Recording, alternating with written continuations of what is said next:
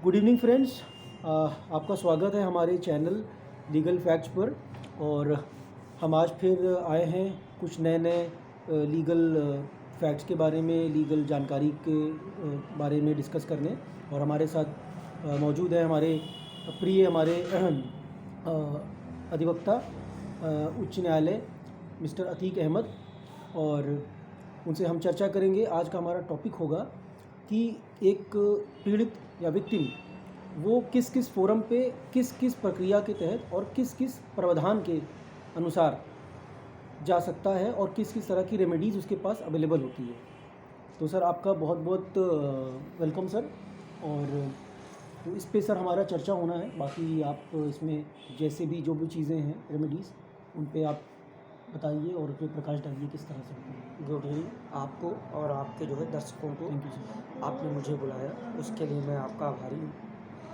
और जो आपने सवाल किया है कि एक व्यक्ति अगर जो पीड़ित होता है तो कहाँ पे अपनी बात रख सकता है जी, तो उसके लिए हमारे जो है CRPC के प्रावधान पे दिए हुए हैं कि आप इन फोरम में, इन इंस्टीट्यूशंस में जाके आप अपनी बात रख सकते हैं। जैसे एक सबसे पहला एक कॉमन आदमी को वो जानकारी रहती है कि सबसे पहले अपनी कोई घटना उसके साथ घटती है तो सबसे पहले कहाँ जाता है, जी, वो थाना जाता है या जी, पुलिस चौकी जाता है। जी, जी, दूसरा फोरम आपका है जी, आपके SP या SSP के पास जाता है अपनी शिकायत रखने के लिए। जब वहाँ से कोई काम नहीं बनता है तो फिर वो 156(3) के तहत मजिस्ट्रेट के यहाँ एप्लीकेशन देता है। ओके, और एक और फोरम है, वो सीधे जाकर मजिस्ट्रेट के यहाँ डायरेक्ट जा सकता है। अच्छा अच्छा अच्छा, जी, वो आपका क्या करता है, उसे कहते हैं कंप्लेंट केस, जी, या हिंदी में कहते हैं परिवार। जी, ठीक। अब आप कहेंगे कि सर अगर FIR कोई कराने जाता है तो किस धारा के तहत जाता है, तो CRPC के तहत जी, 154 ओके, के तहत वो एक एप्लीकेशन लिखता है और थाने में जाता है।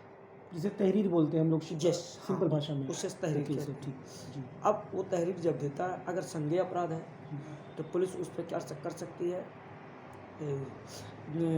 उसका एप्लीकेशन को लेता है जी, और संज्ञान में ले लेके उसकी या तो जांच करता है। जी, अगर वो संज्ञेय अपराध है तो तुरंत FIR दर्ज हो जाएगी। ओके, अगर बाई चांस वो असंज्ञेय है हम्म, तो उसके लिए वो इन्वेस्टिगेशन करता है। जी, जी, और वो उसके लिए 154 महीने जाके 155 में जाता है। असंज्ञेय अपराध के लिए जब कोई एप्लीकेशन जाती है जी, जी, तो वो असंज्ञेय अपराध माना जाता है। समझे ना, उसे NCR कहते हैं, 155 में non cognizable register. Yes, okay sir, जी, ठीक है। एक चीज़ ये होगी। हम्म, अब दूसरी चीज़ ये बनी, आप बात करेंगे उसके बारे में 156(3) के तहत। जी, तो 156(3) में क्या होता है, जब पुलिस और SP SSP उस शिकायत को ध्यान में दे हम्म, तब वो व्यक्ति कहाँ जाता है, जी, आपके जो है मजिस्ट्रेट के पास, ओके, और उस एप्लीकेशन को वहाँ पे लगाता है कि साहब मेरे साथ एक घटना घटी, मैंने यहाँ सूचना दी है, उसकी रसीद वगैरह लगाता है। और उसके बाद मजिस्ट्रेट उसको संज्ञान लेके FIR लिखने का या तो आदेश दे सकता है या तो खारिज कर सकता है। और तीसरा शायद ये भी हो सकता है कि वो अभी रुको, जी, एक चीज़ हो गई। जी, दूसरी चीज़ होती है, अब अगर बाई चांस थाने में कोई व्यक्ति गया, SHO ने ध्यान नहीं दिया, हाँ, तो अब वो जो है अपनी शिकायत कहाँ लेके जाएगा, SP या SSP के पास। तो वो 154(3) के तहत जाता है। ओके, वहाँ से डायरेक्शन मिलता है कि आप जो क्या करिए, इसकी FIR दर्ज करके इसकी जांच करिए। ओके, तो ये 154(3) के तहत FIR दर्ज हो जाती है। 154 154(3), ओके, ये दो चीज़ हो गई। हम्म, FIR आप समझ लिया, हाँ। डायरेक्ट जाएगा SHO के पास और एप्लीकेशन दिया, उस पर संज्ञेय जो आपके अपराध हैं जी, उस पर जाके वो बात करेगा। जी, ठीक। दूसरी चीज़ क्या हो जाएगी, 154(3) पे आप SP SSP के पास जाएगा। जी, दो चीज़ हो गई। तीसरी चीज़ जो बनी आपकी, कंप्लेंट केस।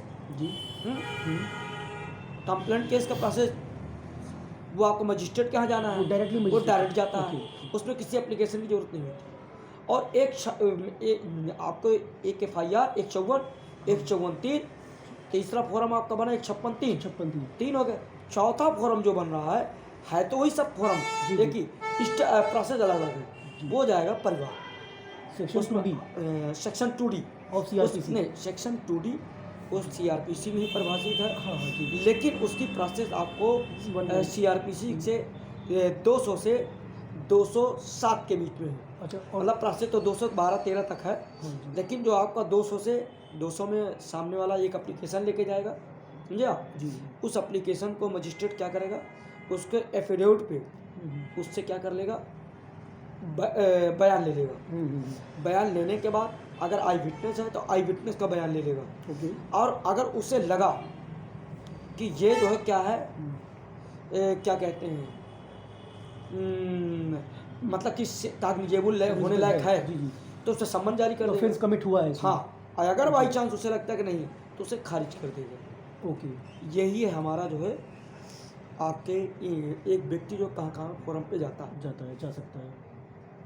ठीक ठीक सर, थैंक यू। ये तो सर ने बहुत ही सिंपल भाषा में, सिंपल तरीके से हमें समझाया कि CRPC के क्या क्या प्रावधान हैं जब एक विक्टिम है और जिसकी कंप्लेंट नहीं लिखी जा रही किसी एक फोरम पे, थाने पे या उसके आगे जाके, तो उसके क्या क्या प्रोविज़न है, जिसमें से सर ने तो बताया 2 में तो थाने इन्वॉल्व होगा, यानी कि पुलिस प्रशासन इन्वॉल्व होगा, और 2 जो है डायरेक्ट कोर्ट के थ्रू है। तो बाकी इसी के साथ हम लोग और भी चीज़ें इस तरह सीखेंगे नेक्स्ट टाइम में। सर क्या आप किस चीज़ को डिस्कस करना? डायरेक्ट FIR पे बात करते हैं। FIR पर बात FIR करेंगे। क्या प्रोसीजर है वो बताएंगे। ओके, तो सर ने ये बोला है कि हम डायरेक्ट FIR पे बात करें। बाकी हमारे व्यूअर्स, हमारे दर्शक, अगर कोई और भी उनके दिमाग में चीज़ पूछने के लिए हो, डिस्कस करने के लिए हो, या जो कि वो सर के खुद मुँह से सुनना चाहते हैं विस्तार से, तो वो भी अपना दे सकते हैं तो वो कमेंट्स। तो अगर दर्शकगण पूछना चाहते हैं जी तो वो कमेंट सेक्शन में डाल कर डालें कि हमें इस सेक्शन हाँ, में बात करनी है, तो बिल्कुल। उस सेक्शन में बात की जाएगी। बिल्कुल अभी तो हम जो है एक जनरल प्रोसेस पे लेके बात करना हाँ, शुरू कर जी, देंगे। बिल्कुल बेसिक से। तो बहुत बहुत धन्यवाद आप लोगों का हमारी चर्चा को सुनने के लिए, इसमें भाग लेने के लिए। और नेक्स्ट टाइम हम फिर से हाजिर होंगे किसी नए लीगल फैक्ट के साथ। और आपका बहुत बहुत धन्यवाद। Good night, take care.